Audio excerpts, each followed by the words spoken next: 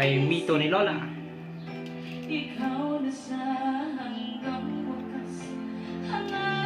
Nirienda niya sa hapon. Kaninang umaga nagsaging siya.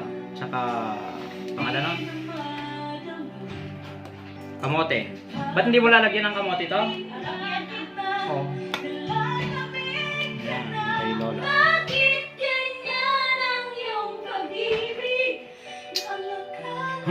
Yung boss ko, ayun, pakanta-kanta lang. Pumasok na noon sa silet. Nagbayad ng tubig. Balik na sa silet. Doktor ang Tulongges, nagbabantay sa ng anak na aso. Ito yung kay Lola. Tatanggalin na rin natin yung buto. Yan ang preparasyon ko sa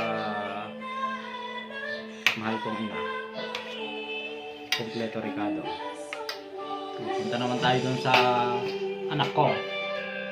Special kong anak. Na dalawa. Watermelon. Ihanda ng watermelon para lumamig mamayang tanghali. Lagay sa ref. Ayan ang buhay ng tatay. Tatay na tambay.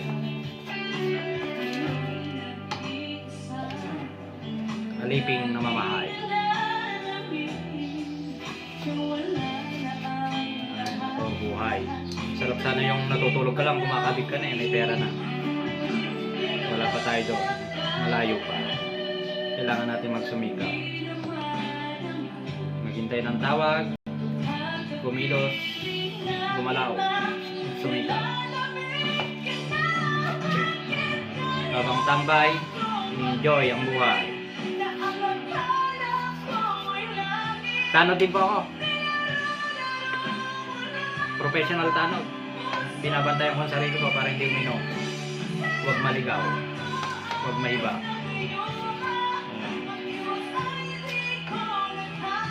Meron ng prutas na tanghalian yung anak ko.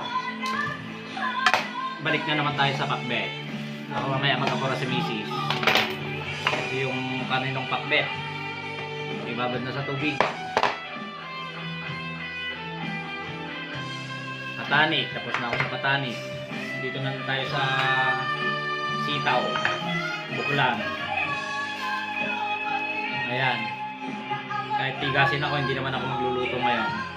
Ayaw nila yung luto ko. Pang prito lang ako. Pang peles. Pang prito-prito. Pero pagdating sa pakbet, sa mga may putahe na, sila na ang nagluluto. Ay buhay. Buhay tambay.